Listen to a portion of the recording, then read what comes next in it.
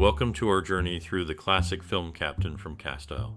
This 1947 adventure takes us back to the 16th century, following the story of a young nobleman who joins an expedition to the New World. Along the way, we encounter battles, romance, and the quest for power. The film is filled with moments that will make you laugh, keep you on the edge of your seat, and maybe even bring a tear to your eye. As we dive into the movie, I find myself drawn to the character of Pedro de Vargas, played by Tyrone. His courage and determination shine throughout the film. One scene that stands out is when Pedro helps free slaves from the Inquisition. It's a powerful moment that shows the character's true heart. Now we're curious about you. What's your most memorable experience with Captain from Castile? Have you ever found yourself inspired by Pedro's bravery? Or maybe you have a favorite scene that sticks with you? Share your stories and memories with us in the comments. We'd love to hear what this movie means to you. Keep watching for more surprising facts and hidden gems from this timeless tale. In the film Captain from Castile, Pedro de Vargas, portrayed by Tyrone, flees from Spain, a country under the shadow of the Inquisition, to seek a new life across the ocean. The narrative structure echoes that of Prince of Foxes, another film by the same director, with a lengthy introduction leading into a tale of adventure and conflict. The movie unfolds as a vibrant tapestry of action, romance, and betrayal, much like the earlier film, and is shot in authentic locations which add to its grandeur. Jean Peters delivers a strong performance in her debut, reminiscent of roles played by Virginia Mayo. Lee J. Cobb stands out, especially in a scene where his character loses his sanity. The character of Cortez, played by Power, is portrayed with nuance. Despite his controversial actions and attitudes towards the indigenous people, he does not align with the Inquisition, highlighting a complex nature.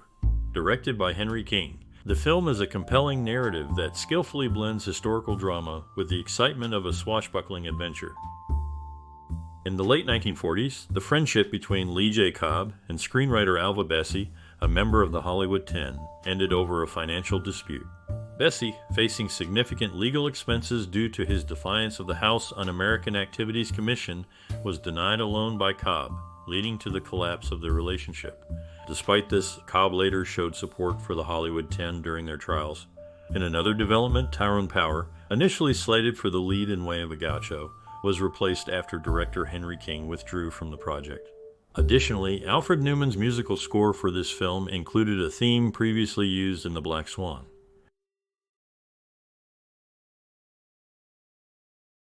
In the golden era of Hollywood, Tyrone's influence extended beyond his on-screen performances.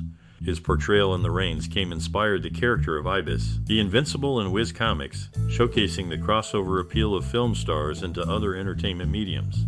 Meanwhile, the historical accuracy of musical elements in films was not always a priority, as evidenced by the anachronistic use of Spanish guitar in a scene set centuries before the instrument's existence. Power's personal dedication to his craft was evident in his meticulous preservation of movie scripts, a testament to the actor's commitment to his roles and the film industry. Amidst the backdrop of Mexico's landscapes, a unique natural event coincided with the filming of a historical drama.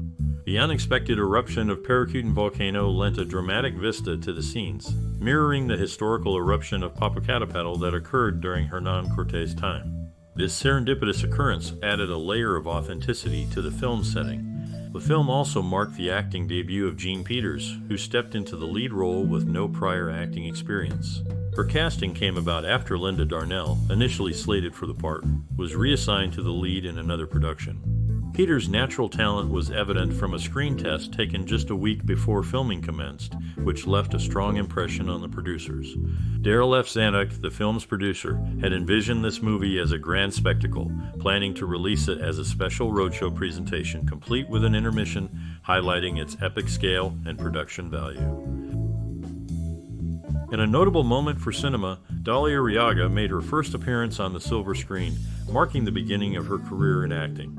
The film also stands out for its musical achievements. Alfred Newman's composition was pioneering in being released as a standalone album, a collection of 18 minutes of music across 3 double-sided records, a format popular at the time. The behind-the-scenes events were just as dramatic, with Marc Lawrence identifying Jeff Corey as a former communist to the House Un-American Activities Committee. This accusation led to Corio being blacklisted for over a decade, a decision that affected him deeply for the remainder of his life. In the heart of Canoga Park, California, Jay Silverheels was a familiar face, often seen on his neighborhood strolls. His connection to the community was deepened through his daughter, who completed her education at Canoga Park High School. Meanwhile, Tyrone Power's path to stardom faced an early setback when his father passed away unexpectedly, preventing their planned on-screen debut together. In another twist of fate, Lee J. Cobb, despite facing public scrutiny for his controversial testimony, was considered by playwright Arthur Miller for a significant role in A View from the Bridge.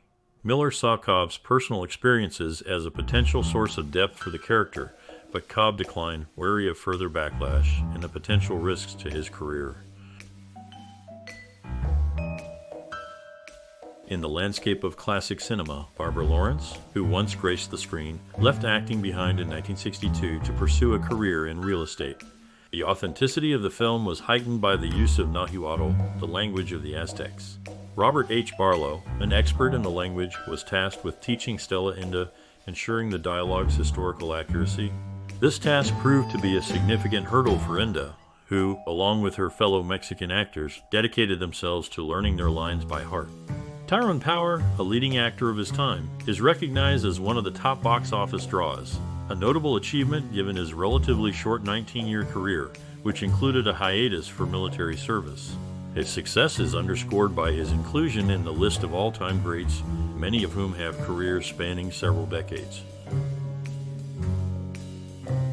In the making of this classic film, director Henry King brought his personal touch to the process, flying over potential locations to select the perfect setting. His collaboration with actor Tyrone Power, marking their 7th project together, was a testament to their successful partnership. The studio, recognizing the potential of Samuel Shellabarger's novel, invested a significant amount of money to secure the rights, reflecting the high expectations and the scale of the production. Meanwhile, actor Alan Mowbray, known for his distinctive British charm, was a fixture at the Cock and Bull Tavern, starting his days in a manner as unique as his on-screen presence. In the making of a historical adventure film, Charles G. Clarke stepped in as director of photography when Arthur E. Arling could not keep up with the demanding schedule. Despite its success with audiences, the film's high production cost of $4.5 million meant it did not make a profit in its initial theatrical run. In a related note, George Zucco, known for his acting career, faced personal tragedy when his daughter, Frances Zucco, an accomplished equestrian and actress, passed away from throat cancer a mere 20 months following her father's death.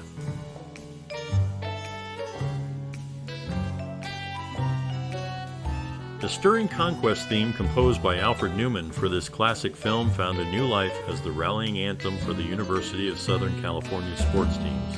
In the casting process, the studio's head, Daryl F. Santa, had a strong preference for Jennifer Jones to play the female lead. However, her husband, the influential producer David O. Selznick, declined the offer. The film's leading man, Tyrone Power, boasted an impressive lineage with connections to the arts and nobility. His ancestry included ties to the distinguished actor Laurence Olivier, the celebrated writer Evelyn Waugh, and the esteemed director Sir Tyrone Guthrie, who was instrumental in establishing 2 major theaters in North America. Additionally, Power's family history was enriched by the Mori family from Italy, known for their musical heritage, and his paternal grandmother's lineage traced back to the French Huguenots. This film's score earned a nomination for its outstanding contribution to cinematic music, recognized by the American Film Institute in 2005. The narrative inaccurately conflates the Santa Hermandad, an armed group formed during the Inquisition, with the actual Inquisition itself, which was a court system enforcing Catholic doctrine. The movie's depiction of the Santa Hermandad involves them in the interrogation and torture of alleged heretics, leading to severe consequences such as execution or confiscation of property. The urgency to release this film was heightened by the studio head's reaction to an actor's performance in another movie, leading to a strategic decision to accelerate its distribution. A notable figure in the film industry, Tyrone Power, an alumnus of Purcell High School, celebrated his centennial in various cities, including his birthplace, Cincinnati. His legacy is honored with film screenings and an exhibit showcasing his career memorabilia.